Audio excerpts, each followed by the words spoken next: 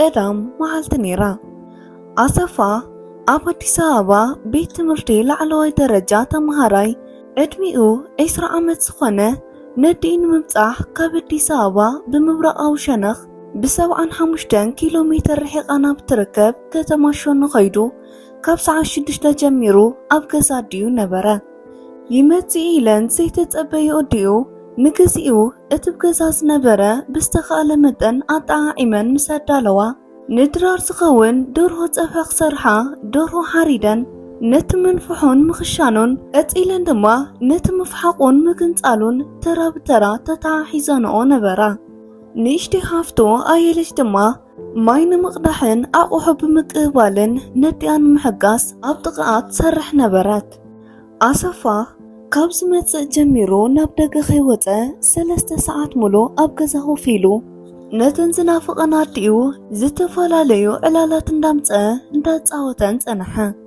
ساعات 9 مسكوانة نتخباب النمرأين نابس النابتن من نفاس بمحساب قوات تسقى أرديو ويزارم لسدما عينتن كاب سرحان ناوداني تمتاس لزنبرا ودم متسو مسرعيا سرحان دوابيلن انتي دا أصفا نابيك كي دليخا إيلان حتى تقو أصفا بسئوان أبدا أفدقى بتي حسلس نبرا كابتو سنبرو قطو ملسا بيلو نس خبابي كري ليكو إيلو ملسا أموتناح ساعتي خيدال كازوادي نايك أترت حي تصبو أيكونن انتي كي قبرني الكيو أي كونن اتجانو كالئن انتي كم زغانا يفلق ديلكايو ناي عدنا كم الدسا وايكونن ودي اتوكو حافيخون حاتلا ابزخون بوتا يسفسس بس ساعات زي اتجانا صبو ايكونن بلقو أصفا دما حساوا دي بمقبال سوكمتو ناب قدميت كيبالا أبدغا أفدقا ديو دويلو نتدقا كعزب جمارا ገዛ ዲኡ ኣብ በሪኽ ቦታ ዝተሰርሐ ስለዝነበረ ኣብ ኣፍ ደገ ኮይንካ ዝረኣዩ ብዙሓት ነገራት ነበሩ። በንጻሩ ኣብ ተኼላ ዝበቆለ ሳዕሪ ደበና ዝተንከፉ መሲሎም ካብ ርሑቕ ብግመ ተሸፊኖም ከም ሕልሚ ይረኣዩ ነበሩ። ብድሕሪኦም ድማ ኣኽራናት በብኹርባታቶም ንገዛውትን እቲ ከባቢ ሸሊሞም ናይ ኣስመራ ኣኻል ተሰኪሞም ዝወፁን ዝወርዱን ብዙሓት ነበሩ። ካልእ ኣዝዩ ናብዚ ናብ ሸኖ ቅርብ ኢሉ ዝረአ ናይታ ከተማ ዝተወሰነ ክፋላ ነበረ። ኣብዚ ክፋል እዚ ዝረኣያ ገዛውቲ ብእማን ዝተነደቐን ብሳዕሪ ዝተሸፈነ ናሕስን ነበራ። ዓይኒ ሰፋ ነዚ ትርኢት እዚ ካብ ርሑቕ ክከታተል ድሕሪ ምጽናሕ ኣብቲ ናይ ኣድዮ ሓጹር ካብ ዘሎ ካንሸሎ ውሽጢ ዝረአ ናይቲ ገዛ ማዕጾ ናብ ደገ ክወፅእ ዝረአ ነገር ጋህድድዩ ወይ ስሕልም ንምርግጋፅን ጽቡቕ ኮይኑ ምእንቲ ክረኣዮን ብዝጥዕሞ ኣንፈት ናብቲ ማዕጾ ኣተኪሩ ነበረ። እዚ ገዛ እዚ ካብ ካልኦት ገዛውቲ ብዝተወሰነ ዝፍለን ፍርቂ ክፋሉ ዘመናውነት ዝተንከፎ ብምዃኑ ናሕሱ ናይ ኣዲስ ኣበባ ማለት ዚንጎ መንደቑ ድማ ብእምኒ ዝተነደቐ ነበረ። ይኹን እምበር ኣሰፋ ኣብቲ ማዕጾ ኮይኑ ዝረኣዮ ነገር ሓቀኛ እምበር ሕልሚ ነበረን። ኣብ ትዕዝብቱ ማእኸል ሓንቲ ጻዕዳ ናይ ገዛ ጋውን ብጃማ ዝገበረት ሓንቲ ጎርዞ ቅልቅል በለት። ንሱ በዚ ርሕቀት ከም ዝሪኣ እታ ጓል ብስል ዝበለ ቀይሕ ሕብሪ ዓይና ጽሩይ ኩሕሊ ዝመስል ጸጉራ ሃሪ ካብ ናይ ዘመናውነት ገለ እኳ ከይተንከፎ ብተፈጥሮ ጥራይ ኣብ መንኮባ ይዕሪፉ ልከ ዘለላ ናይ ሽምጣ ክወርድ ዝተገደፈ ቅርኒው ዓይናን ሽፋሽፍታን ኣፍንጫን ከንፈራን እዚ ዝጎድሎም ዘይበሃል ናይ ጥዋ ምጉርጓእ ድማ ኣብቲ ጋውን ውሽጢ እንዳተሰራሰሩ ናይ ተፈጥሮ ዘይኮነስ ነቲ ክዳን ካብ ዝሰርሕዎ ፍትልታት ማእኸል ንኽልቲኤን እተን ዝማዕበላ ተመሪፀን ዝተረፋን ከም ናይ ጽላል ወጢረንኦ ደው ዝበላ ዝመስል ቁመንኣ ጽኑዕ ዕድሚኣ እንተበዝሐ 20 እንተወሓደ 19 ዝኾነት ነበረት። ኣሰፋ ወፂኣትሉ ሙሉእ ብምሉእ ኣዒንቱ ትኪሉ ምስ ረኣያ ህርመት ልቡ ብዘይ መጠን ተወቕዐ። የዒንታ ምስ የዒንቱ ምስ ተገጣጠሙ ካብ ጽፍሪ እግሩ ክሳብ ጸጉሪ ርእሱ ኤሌክትሪክ ከም ዝጨበጠ ጠዘሳበሎ። የኢንቱ ካብ ኣኸይ ነቐለ ነዲኡ ማማ እዚ ኣመንያ ኢሉ ሓተተ። ኮፍ ኢለን ዝነበራ ኣዲኡ ካብቲ ዝነበርኦ ኮይነን ቅንዕ ኢለን ኣይነይቲ ኣወደይ ኢለን ሓተተኦ። ኣሰፋ ሕጂ እውን ናብ ኣዲኡ ገጹ ከይመለሰ ኣብቲ ኣካላታ ጎርዞ የኢንቱ ደሪቑ እዚኣ በለ። ኣዲኡ ብመልሱ ሰሚደን ብድግ ምስ በላ እታ ዓይኑ ወደን ዝፈዘዘሉ ኣንፈት ሒዘን ነታ ዝተጠቐሰት ጓል ኣንስተይቲ ምስ ረኣያ ሽቁርር ኢለን ኣሰፋ በልቀስ ኢልካ ኣቶ ነዛ ጓል እዚኣ ካብ ሕጂ እንድሓር ዓይንኻ ፈፂሙ ከምዘይረኣያ ይኹን ኢለን ኣዘዝኦ። ንሱ ድማ ኣብዚ እዋን ናብ ኣዲኡ ጠሚቱ ይሂ እንታይ ድዩ ስለምንታይ ማማ ኢሉ ሓተተ። ቡድያ ዝወደይ ከም ዝተዕዘባ ዘለኻ ዓይነት ከይትመስለካ ዋና ቀጣፊት እያ። ኣሰፋ ድማ ንዘረባ ኣዲኡ ብምንኣስ ፍሽኽ ኢሉ ኣይ ማማ ሕጂ እዚኣስ በለ ብፍሽኽታ። ኣዲኡ ድማ ብፍሽኽቱ ዝያዳ ሓሪረን እወ ንሳ በዚ መልክዓ እንዳታለለት እያ ንብዙሓት ጀጋኑ ዘበላሸወት ሽማይ ንዘክሮ ደኣ ክትፈልጥ ምሸት ምሸት ዝብእ ትኸውን እያ በልኦ። ኣሰፋ ድማ ብጓሂ ናብ ኣዲኡ ሙሉእ ብሙሉእ ምልስ ኢሉ ዋ ማማ ከምዚ ትበሊ ክትሓስቢ ከለኺ ወዲ ሰብ ከመይ ኢሉ ዝብእ ክኸውን ዝኽእል እንታይ ኣሎ መሲልክ ማማ እዚ እንዳወረደን እንዳተወራረደን ዝመጽእ ናይ ሃገርና ኣፈ ታሪኽ እዩ። በምሳሌ እግዚአብሔር ዝተፈጠረ ሰብ ተመሊሱ ዝብእ ክኸውን ከምዘይክእል መጽሓፍ ቅዱስ ከምኡውን ካልኦት ልዑላት ትምህርታት የረድኡና እዮም።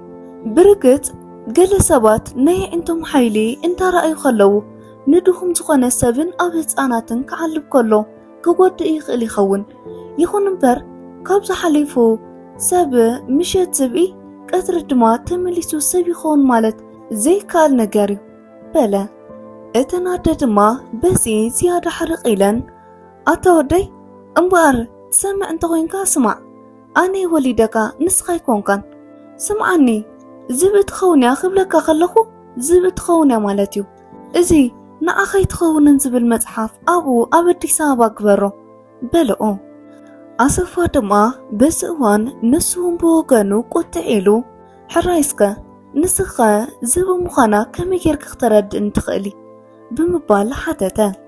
እተን ኣደ ድማ ከምኡ ብቁጣዕ ደምሱረን ተወጢሩ ከመይ ጌርኪ ክትረድእ እንትኽእል ክትብለኒ ዋ ክስኣነኒ እንታይ ደኣ ብቐዳማይ ብቕድሚ 8 መዓልቲ ሙሉእ ሾኖ ኣይተረድኦ እንዲ ኮይኑ መገርሳ ዝበሃል ፈታዊኣ ዓራታ ብመድሃኒታ ደንዚዛ ኣደቂሳቱ ንሳ ምስ ተዛብኸት ጋልባ ኣምስያ ክትምለስ ከላ ንሱ ድማ እቲ መድሃኒት ከምቲ ዝሓሰበቶ ንብዙሕ ሰዓት ከይሰራሓሉ ኣይበራበርኒ ኢላ ኣብ ዝሓሰበትሉ ግዜ መገርሳ ተበራቢሩ ኣውፂኣ ዝሓበአቶ ጨጉሪ ርእሳ ምስ ቆርበት ረኺቡ ኣይሓወኦን ድዩ ሕራይ ንሱ ሲትረፍ 3 መዓልቲ ሙሉእ ኣይመልሰልክኒ ስለ ዝበላ ማዕፅዋ ዓፅያ ክትበኪ ኣይከረመትን ሕራይ ንሱ እውን ይትረፍ ነዚ ሕጂ ላዕልን ታሕቲ እንዳበለ ዝረኣኸየ ፀጉራ ባዕሉ ምስ ርእሳ ኣብ ኢድ መገርሳ ሶኒ ኣብ ውሽጢ ዕዳጋ ክዘውር ኣይረኣነየ እንዶ ዋ ብኸመይ ክረድአካ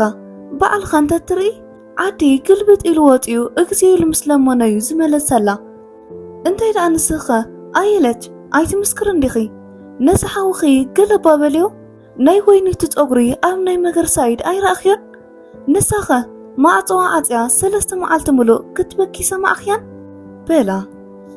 ኣየለች ድማ ነቲ ናይ ኣዲኣ ስግኣት ተገንዚባ ከምቲ ዝበልኣ ድማ ንሓወ ብምርኣይ እወ ዝሓወይ ማማ ዝበለቶ ኩሉ ሓቂ እዩ ፀጉራ መገርሳ ከዘዋውሮ ከሎ ኩላትና ርኢና ኢና በለቶ። ኣሰፋ ድማ ካብዚ እንዳሓር ገለ ክብል ኣይከኣለን ሰንቢዱ ኣትዩ ኮፍ በለ። ካብ ሰብ ናይዛ ጓል እዚኣ ርእሲ ካብ ርእሳ ማሊቑ ኣብ ዕዳጋ ክዘውር ተራኢሎሞ እሞ ነዚ እንታይ ሞ መልሲ ክርከበሉ እዩ ስቕ ኢሉ ኮፍ ኢሉ ድሕሪ ምጽናሕ ፀሓይ ኣብ ኣጋም ምዕራባ ሰዓት 5 ምስ ኮነሉ በይኑ ንምዃን ብምሕሳብ በቲ ቅድሚ ሕጂ ነቲ ከባቢ ክርእየ ኢሉ ኣቕሪብዎ ዝነበረ ምኽንያት ሕጂ እውን ብኡ መኽኒ ክወፅእ ተበገሰ።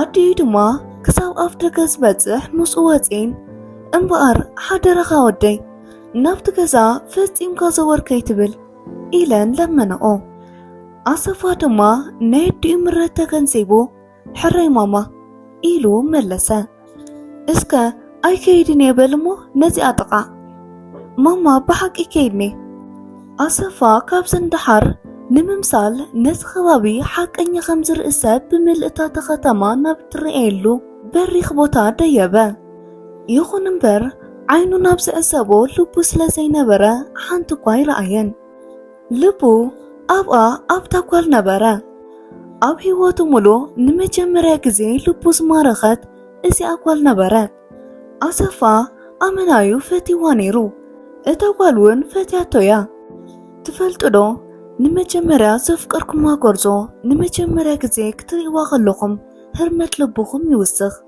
مول أكلاتكم قل نجار كوردكم كله يفلتأكم إذا نجار زي بزبلت أزقاتم فقرن مسحابون أبكلتي أموغان كله خليو أصفاون أقدمو يا إنتا مسيحينتو خكتاتم كله أكلاتو قل زوررو بزينيرو أصفا فليت ويو أتاكوالون فتياتولا انتو خناجن حدا جزي كم تسبلنايو فقرن مسحابن أمونكو خلتيهم يرلمو أتاقال نخفو عدل زيت مرعوات ويستحاتيت ويدما كبران عليتان مستراسب زيت أمدي خونمو رئيسا غزيا قز أمليسا تخيد بس دما قوهن تكازن أبلعلي تستغفى أودي يسفن نسافاقن حجي كم زحسونا نقر قابزو مسانا خلات حدن تسخون صبو نيرو انت يلوو أديو قدم استمرعواتيا وي حزيتيا انت زبلو نيرن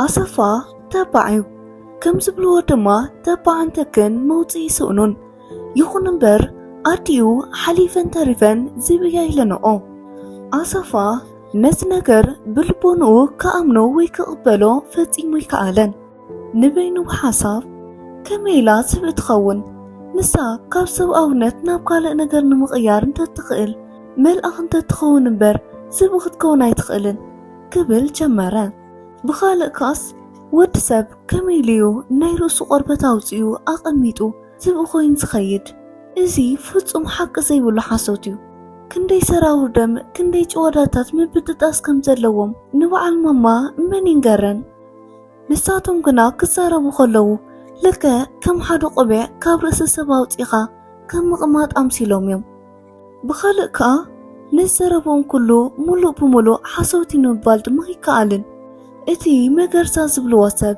شمزاقوال نمخفا مخانو زد أرات ريبولون أدفي ودمالو أبيزلو أبت أوان ون انبيلاتون تخون نعو خمو كميلا حرايك تبلو كتري خلقا قد سايبل قلي مزوات كمز يوم نايكسا رسوم نورن مدقاف كبلو سمسا بيتفو إقلن إقليت سلامنتاي قديفوان تبلقايو أتودي نسادقا كم زنديا يبل مقرساون أيت أراترن وتسي تزيو أمو نعا أنت حاتت كواخة يخون نمبر كم يجرك حتى يخل ماما كي دام حيلاتنيا ماما سمحلتني زب إيامو نودي كي تبلع الليلة أي ماما إذن عديتاتي يخون بر أنا سب خمزي كون إذا قالون سب خمزي كونت يفلتي انت يالو منتخدكو أملاخي بجاها خيدمو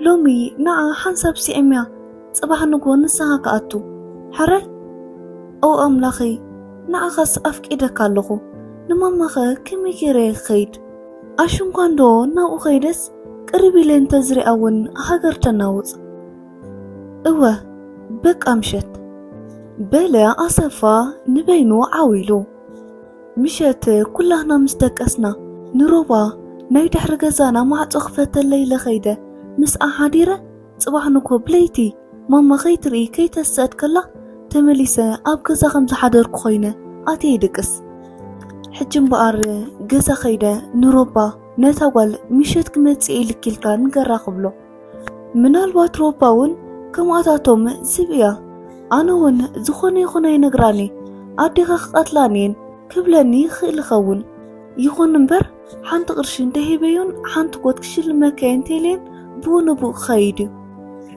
ኣሰፋ በዚ ሓሳብ ጸንዐ።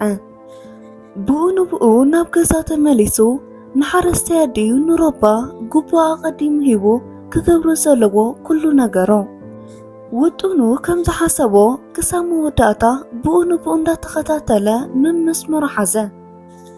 ድራር በሊዖም ምስ ደቀሱ እተን ኣደ ድማ እፎይ ተመስገን ጎይታይ ንወደይ ኣለባቢሳ ኣደቂሰ ኣለኹ ኢለን ናይ ምሸት ጸሎተን ገይረን ግንቡ ምስ በላ ኣሰፋ ድቃስ ክሳብ ዝጠልመን 10 ደቃይቕ ጥራይ ሂቡ ካብኡ እንዳሓር ናብ ገዛ ወይኒቱ ደርጓዕ ከይበለ ቀሲሉ ኸደ።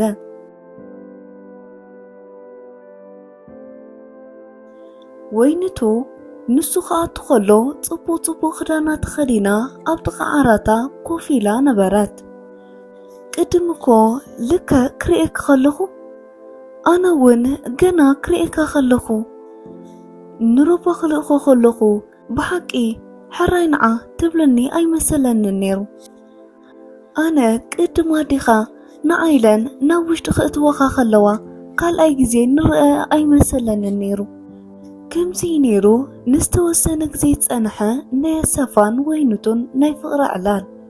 ድሕሪዚ እዚ ኩሉ ሓሊፉ ናይ ኣሰፋ ናይ ቀትሪ ሕልሚ ተፈጺሙ ጎኒ ንጎኒ ኮፍ ኢሎም ስዒምዋ ስዒማቶ ከምኡውን ካልእ ኣገዳሲ ነገር እንዳተዘራረቡን እንዳተጻወቱን ድሕሪ ምጽናሕ ሰዓት ከም ዝኸደ ምስ ዝተውዓሉ ድማ ጥዋፎም ኣጥፊኦም ደቀሱ። ኣሰፋ ድማ ድሕሪ ዝተወሰነ ደቃይቕ ከቢድ ድቃስ ወሲድዎ ወይኒቱ ብጎኑ ኣብ ቅርጽሙ ደቂሳ ንሱ ብሕልሙ ምስኣ ብሓጎስ ንዓለም ብዙሕ ቦታ ክጓዓዝ ይርኢ ነበረ።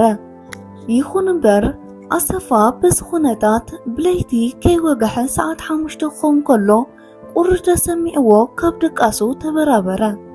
ቁሪ ዝተሰምዖ ብዘይ ምኽንያት ኣይነበረን።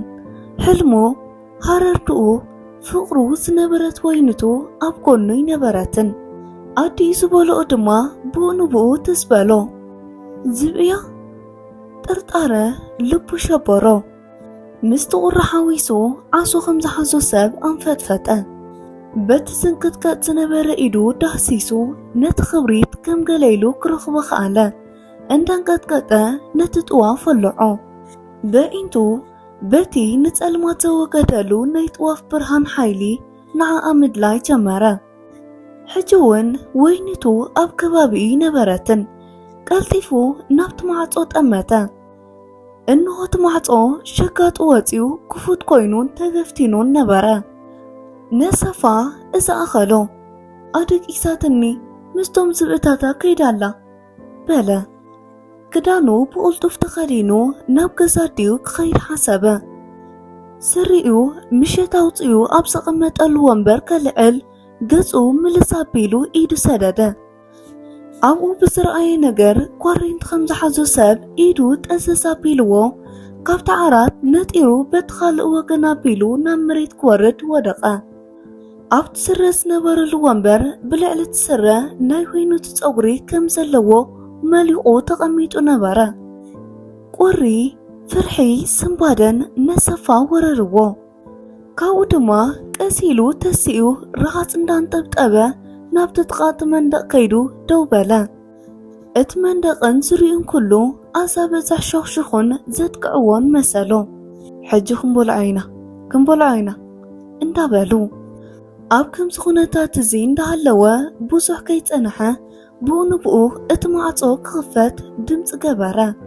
ሓደ መልክዕ ድማ ብኡ ንብኡ ናብ ውሽጢ ገዛ ኣተወ። ኣሰፋ ነዚ መልክዕ እዚ ኣትኩር ኣቢሉ ረኣዮ። እቲ መልክዕ ፍርቂ ኣካሉ ናይ ወይኒቱ ይመስል ነበረ። እወ ኣፍንጭኡ፣ ከንፈሩ፣ ዓይኑ፣ ሸፋሽፍቱ፣ ቅርኒቡን ቁመቱን መዓንጥኡን ናታ ናይ ወይኒቱ ነበረ። ይኹን እምበር ርእሱ ዘይቲ ዝተለኸየ ድፉን ርእሲ ምራኽ ይመስል ነበረ። ሓንቲ ፀጉሪ እኳ ኣይነበረቶን። ናይ ኣሰፋን ናይ መልክዕ ዓይንን ተገጣጠመ። እቲ መልክዕ ድማ ብኡ ንብኡ ቀስ እንዳበለ ስጉምቱ ናብ ኣሰፋ ሸነኽ ቀጸለ። ኣሰፋ ድማ ኣብቲ እዋን ንምህዳም ነቲ መንደቕ ብኽልተ እዳው ሒዙ ብድምፂ ፍርሒ ጨደረ። ኣይትቕረብኒ ኣነ ድሕሪኡ ኡይ ክብል በለ። እቲ መልክዕ ነቲ ኣዋያት ፈሪሑ ጠጠው ከይበለ ሕጂ እውን ስቕ ኢሉ ከምኡ እንዳቐረበ ብቐስታ ስለምንታይ ኢሉ ሓተቶ። ኣሰፋ ሕጂ ድማ ድምፂ ናይ መን ምዃኑ ብኡ ንብኡ ፈለዮ። እቲ ድምፂ ናታ ናይ ወይንቱ ነበረ። ዝበይኺ ኣደይ ብዛዕባ ዝነገረት ነገር ኩሉ ሓቂ እዩ፣ ኣይትቕረብኒ ኢለክ ኣለኹ። ወይንቱ ኣብዚ እዋን ካብ ኣሰፋ ዘለዎ ተመሊሳ ናብ ዓራታ እንዳዘገመት ከይዳ ኣብ ትሕቲኡ ኮፍ በለት። ንብዓት ኣብ ማዕጎርታ ብኡ ንብኡ ክወርድ ጀመረ። ዝተወሰነ ብከምዚ ኩነታት መፀንሐት ናብ ኣሰፋ ጠሜታ ከም ዝበለት፣ ኣሰፋ ንስኻ እውን ከምቶም ሰባት ዝበይኽ ኢልካኒ ናበይ ከይዱ ናይ ትማል ቃላትካ ለይቲ ኣብ ቅርፅን ባሓፍካ ንኸለኹ ዝነገርካኒ መጽሓፍ ቅዱስን ሳይንስን ሰብ ዝብእ ከም ዘይከውን ይረዱ እዮም። ዝኾነ ሰብ ዝበይኽ እንተበለኪ ኣነ ግን ፈፂመ ይብለክኒ ኣይበልካንን? ሕጂ ዳሞ እንታይ ኮንካ?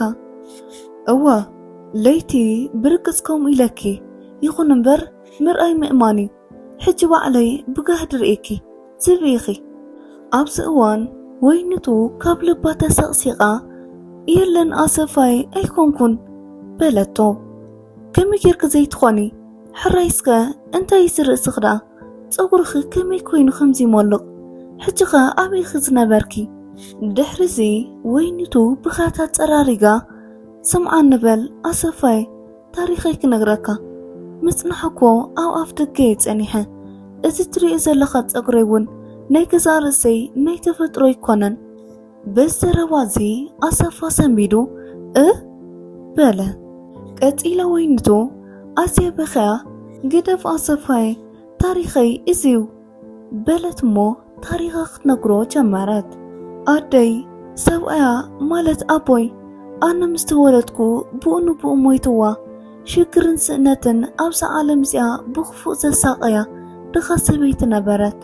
ዝለሓስ ዝቑረስ ስለ ዘይነበረ ፍቕዱ እንዳዘረት ትልምን ነበረት።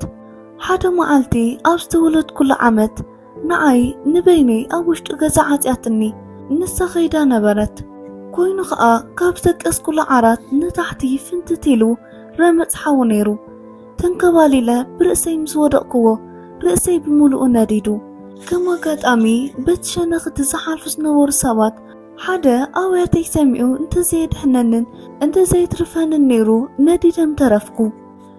ካብኡ ኣደይ ድማ ካብታ ዓዲ ብኡ ንብኡ ሒዛትን ጠፊኣ ኣዲስ ኣበባ ኣተወት።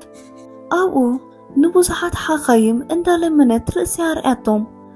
ኩሎም ድማ ፈፂሙ ተቓፂሉ እዩ፣ ካልኣይ ግዜ ፀጉር ዝበሃል ነገር ኣየውፅእን ይበልዋ። ንሳ ድማ ንዓይ ብዘይ መጠን ትፈትወን ስለ ዝነበረት መወዳእታ ዝኸደቶ ሓኪም ኣብ እግሪ ወዲቓ ኣምርራ ኣቢላ ምስ በኸየት ዓባይ ምስ ኮነት ናበይ ኣምፅያ በላ። ኣደይ ድማ ከይረሓቐት ነቲ ሓኪም ሰራሕተኛ ኮይና ክትሰርሕ ጀመረት። ኣነ ድማ ካልእ ቦታ ሓዊ ስለ ዘይተንከየኒ ነዚ ርእሰይ ጥራይ ብቆቢዕ ምሻሽን እንዳሸፈንኩ ዓወኹ። ኣብ 15 ዓመተይ ድማ እቲ ሓኪም ነደይ ብዛህባ ተስፋ መሰረት ነዚ ፀጉሪ እዚ ካብ ሃገሩ ልኢኹ መፂ ሃበኒ። ስለዚ ምሸት ክድቅስ ከለኹ ግዜ ብዝኸደ ብብዝሕ ድቃስ ተሰባቢሩ ከይውድአኒ ኣውፅየ ዘቐምጦ በለቶ። ኣሰፋ ድማ በዘረባዚ ልቡ ተደንገፈ። ብኡ ንብኡ ድማ ናብ ዓራታት ተጸጊዑ ነቲ ፀጉሪ ካብ ስሩ ይልዒሉ በቲ ጥዋፍ መርመሮ። ናይ ብሓቂ ድማ እቲ ፀጉሪ ወይንቱ ከም ዝበለቶ ብኢድ ሰብ ዝተሰርሐ ሰብ ዝሰርሖ ነበረ። ኣሰፋ የዒንቱ ንብዓት ቋፀራ። ነቲ ፀጉሪ ኣብ ዓራታ ቀሚጡ ርእሳ ደጋጊሙ ክርኢ ጥዋፍ ሒዙ ናብ ወይኒቱ ተጸግዐ። እንሆ ንሱ እውን ከም ዝበለቶ ብምሉኡ ብሓዊ ዝተቓፀለ በሰላ ነበረ። ኣሰፋ ንብዓት ሓነቆ፣ ከንፈሩ ድማ ተንቀጥቀጠ። ነቲ ጥዋፍ ድማ ኣብ ቦትኡ ቀሚጡ መፂኡ ንወይንቱ ኣብ ደረቱ ኣጥብቕ ኣቢሉ ሓቆፋ። ክልቲኦም ክሳድ ንክሳድ ተተሓሒዞም ብሓንሳብ ተሰቕሲቖም በኸዩ።